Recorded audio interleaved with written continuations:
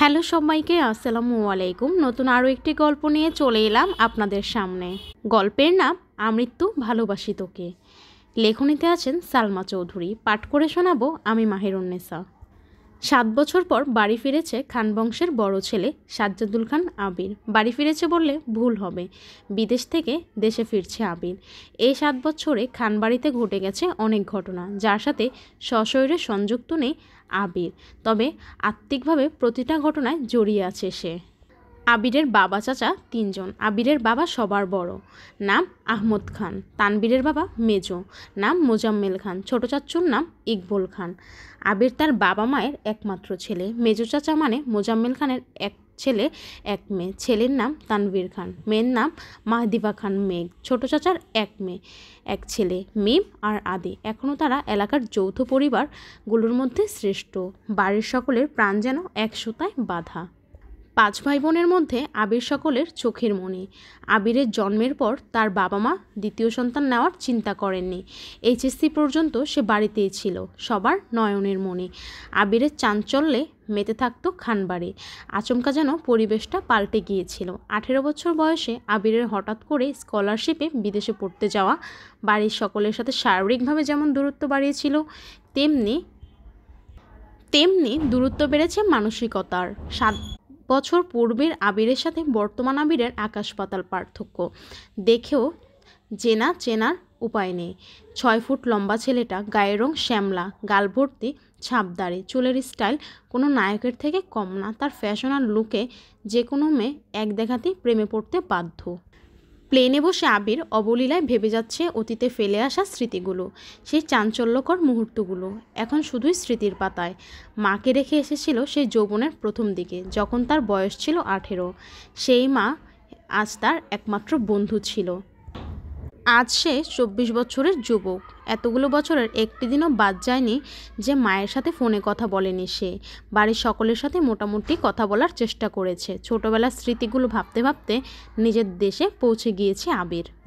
এয়ারপোর্টে আবিরের বাবা আলী আহমদ খান আর তানবীর দাঁড়িয়ে আছেন। তানবীর সম্পর্কে তার চাচাতো ভাই আর বয়সে 2 বছরের ছোট, কিন্তু দুজনের বেস্ট ফ্রেন্ড আর কলিজার বন্ধু।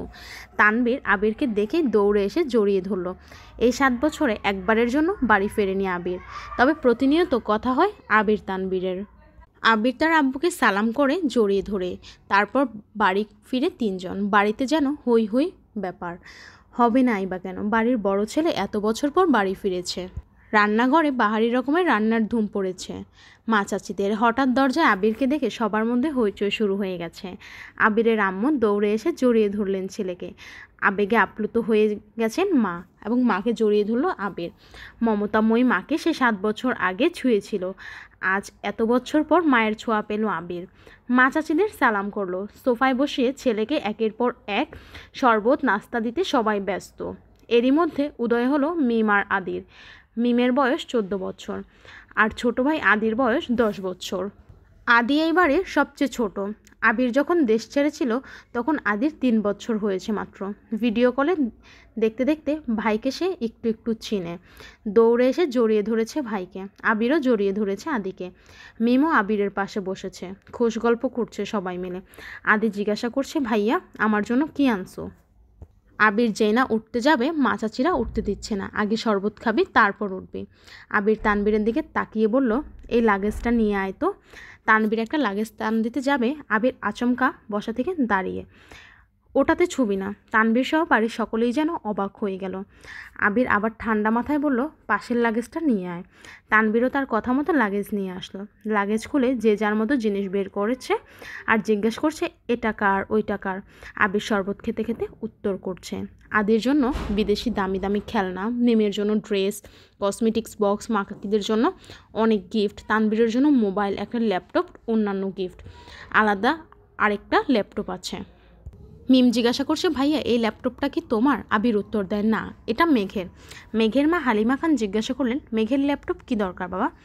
আবির বলল, ওর তো এইচএসসি পরীক্ষা শেষ, সামনে অ্যাডমিশন টেস্ট, অনেক কিছু জানার বা পড়ার দরকার আছে। মোবাইল দেখে পড়ার থেকে ল্যাপটপে সুবিধা হবে, তাই নিয়ে আসলাম। মিম বলল, আমার জন্য নিয়ে আসতা একটা। আবির অবলীলায় হেসে উত্তর দেয়, তোর 18 বছর হলে তোকেও কিনে দিব, চিন্তা করিস না। মিম খুশিতে গদগদ হয়ে বলল, ধন্যবাদ ভাইয়া। আবির হইচই শুনে ঘর থেকে বের হলেন ছোট চাচা ইকবল। আবির চাচ্চুকে দেখে সালাম করতে যায়। চাচ্চু বাধা দিয়ে জড়িয়ে ধরেন ভাতিজাকে। ইকবল খান বাড়ির সকলের দিকে এক পলক তাকিয়ে নরম স্বরে বললেন, এতদিনে এই বাড়িটা পরিপূর্ণ হলো। ইকবল খানের জন্য আনা উপহার আবির নিজের হাতেই চাচ্চুকে দিল। বাকিদের জিনিসগুলো একটা একটা করে দিল আবির। মেজো চাচ্চু মানে মোজাম্মেল খান বাসায় নেই, তাই ওনার জন্য আনা গিফট যত্ন করে রেখে দিল আবির। লাগেজ পড়ে আছে একটা বক্স আর একটা র্যাপিং পেপারে মোড়ানো একটা শপিং ব্যাগ। আদি জিজ্ঞাসা করছে, ভাইয়া ওই টাকার? আবির ল্যাপটপের পাশে বক্স আর শপিং ব্যাগটা রেখে উত্তর করলো, এগুলা মেঘকে দিয়ে দিও, আমি রুমে যাচ্ছি। ইকবল খান এক পলক সবার দিকে তাকিয়ে জিজ্ঞাসা করলো, মেঘ কোথায়? হালিমা খান উত্তর দিল, ও তো কোচিংয়ে গেছে, এতক্ষণে তো চলে আসার কথা। আবির বাকি দুইটার লাগেজ নিয়ে উঠতে চাচ্ছিল, হঠাৎ পিছন ফিরে মায়ের দিকে তাকিয়ে প্রশ্ন করলো, আমি কোন রুমে থাকবো? ছেলের এমন প্রশ্নের জন্য মা মালিহা খান হতভম্ব হয়ে পড়লেন। তৎক্ষণাৎ স্বাভাবিক হয়ে উত্তর করলেন, তোর রুম তো তোরই আছে, আজ সকালেই পরিষ্কার করা হয়েছে। আবির কোনো কথা না বলে দুই লাগেজ নিয়ে উঠতে গেলে তানবীর এগিয়ে আসে, আমায় দাও, আমি নিয়ে যাচ্ছি। আবির একটা লাগেজ তানবীরের দিকে এগিয়ে দিল, নিজে আরেকটা লাগেজ সযত্নে নিয়ে সিঁড়ি দিয়ে উঠতে থাকে। ততক্ষণে দরজায় এসে উপস্থিত হয় এই বাড়ির বড় মেয়ে মাহাদিবা খান মেঘ। মিম মেঘকে দেখে দৌড়ে এসে বলল, আপু আপু, আবির ভাই এসেছে। মেঘ সিঁড়ি দিকে তাকায়।